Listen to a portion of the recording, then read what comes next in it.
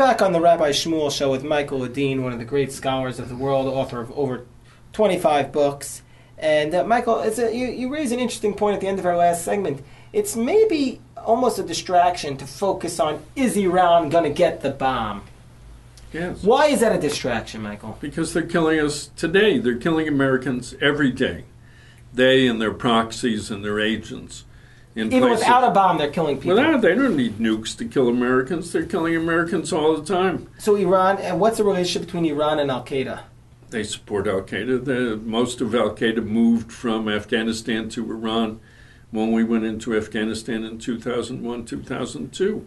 The bulk of Osama bin Laden's family is living in Iran. We know that. They show them to us every now and then. You know, they put this daughter on television who said that she'd escaped to the Saudi embassy in Tehran and so forth.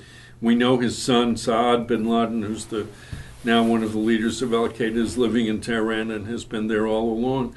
So they get plenty of support from Iran. Well, what would you say, if you had to make a prediction, which is always dangerous, what do you think is going to happen? Do you think that people in Iran will take down the government? Well, I think sooner or later they're going to take down the government, yes. That's the title of your blog, Faster, Please, right? Yes. And they would have taken it down long since, in my opinion, if we had supported them. Now, Michael, just to switch topics for a moment, but it's really not switching. I know you've written recently a book about Machiavelli. What would Machiavelli say if he looked at the Iranian government? He would say it's an enemy. And you have to treat it like an enemy.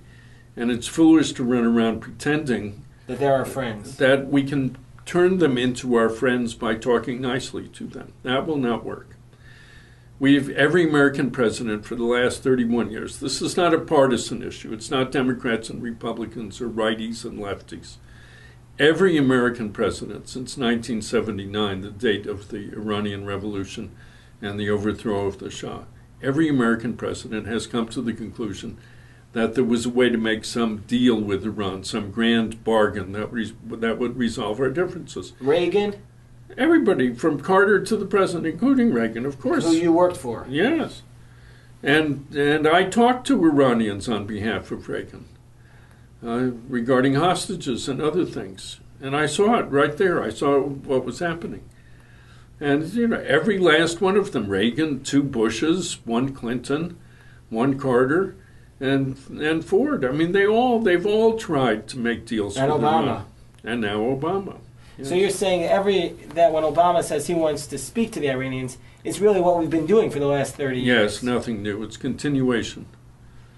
Absolute continuation of what every president has been doing all along. It's one of the many myths that journalists like to sell and that presidents like to sell. I'm doing something entirely new, but it's not new. You know what? Let's shift to a totally different topic. Really not totally different, but a little bit different.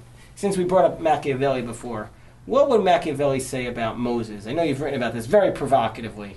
What would Machiavelli say about Moshe Rabbeinu, Moses? Well, do you think he would have liked the film with Charlton Heston and the Ten Commandments? No. He would not. No. Machiavelli would not have given that no. Well, Moses was his hero. Up. Moses is his greatest hero. Moses is Machiavelli's hero? Yes. How so?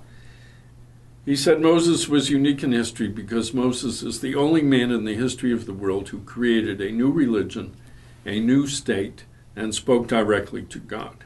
That's what Machiavelli says. That's what Machiavelli says. It's That's not what true. Michael Ledeen said. No, right? it's not true. It's not true at all. I mean, Muhammad did all of those things, and you can make the case that Jesus did it too. But anyway, he likes Moses. He really loves Moses, and he loves Moses. I mean, the thing that really makes him wild about Moses is the golden calf. And the reason why I wouldn't like the movie is because, according to the movie, Charlton Heston comes down from the mountain with the tablets, sees the golden calf orgy going on, throws a tantrum, smashes the tablets, they calm him down, and then he goes back up the mountain, comes down with a new set. But what happens in the book? What happens in the book? Right. People see the movie, but they don't read the book. In the book, he comes down, sees all that going on, and says, all those who stand with the Lord come to me. Mila Hashem Elai, whoever is for God, come to me, and he slaughters them. And my guys show up, the Levites. Michael is a leader. Why do you think Hollywood was afraid to depict Moses as taking a stand and actually killing the people who disagreed with him? No, because it's not politically correct.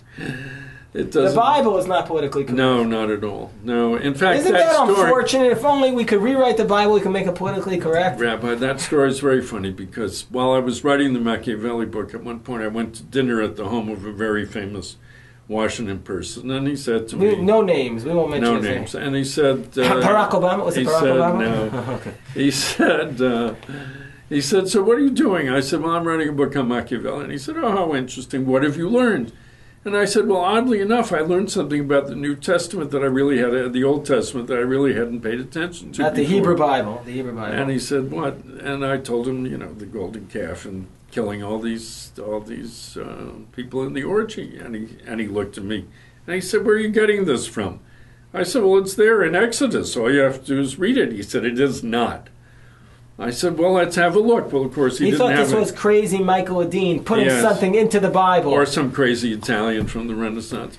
So so I said, well, let's have a look at it. Well, he didn't have Exodus at home. So I went to my house and came back with it and laid it out for me. He looked at it. He said, imagine. He said, I never knew that. And it's amazing how many people don't know that. But Machiavelli tells that story, and then he says, anybody looking at this situation honestly has to agree that Moses, in order to create a new state and a new religion, had to kill thousands of people. Well, even in the rabbinic tradition, it's understood that only 1/5 of the Jews actually left Egypt, meaning that Moses was only able to bring 20% of the Jewish people out. And this is the greatest leader of all time. It's a recognition that when you want to fight for something that you believe in deeply, it's not always going to be unanimous. Well, and over again during the Exodus, there were lots of Jews who were with him, who had left and were with him, who wanted to go back to Egypt.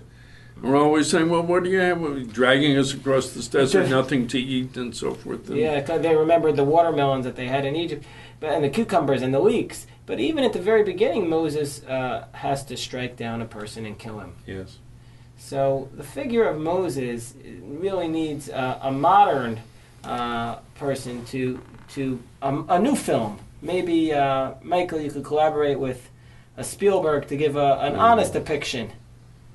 I'm ready. You're ready, Michael. Okay, we've heard it here first. This is the beginning on our Rabbi Shmuel show. The figure of Moshe Rabbeinu, known for his humility and his modesty and his incredible devotion to HaKadosh Baruch Hu, but at the same time, this was a person who was not always politically correct, tough, a person who both Machiavelli could love, and yet also we today love him so dearly. Michael, we love you as well. We say to you, keep up the courageous, inspirational work. Don't be afraid, Michael. Please don't be afraid of criticism, and just know that there are so many people who are grateful that you're willing to speak truth to power in the spirit of the way the Jewish people have been doing that for thousands of years. So thank you, Michael, for joining us on the Rabbi Shmuel Show. Rabbi.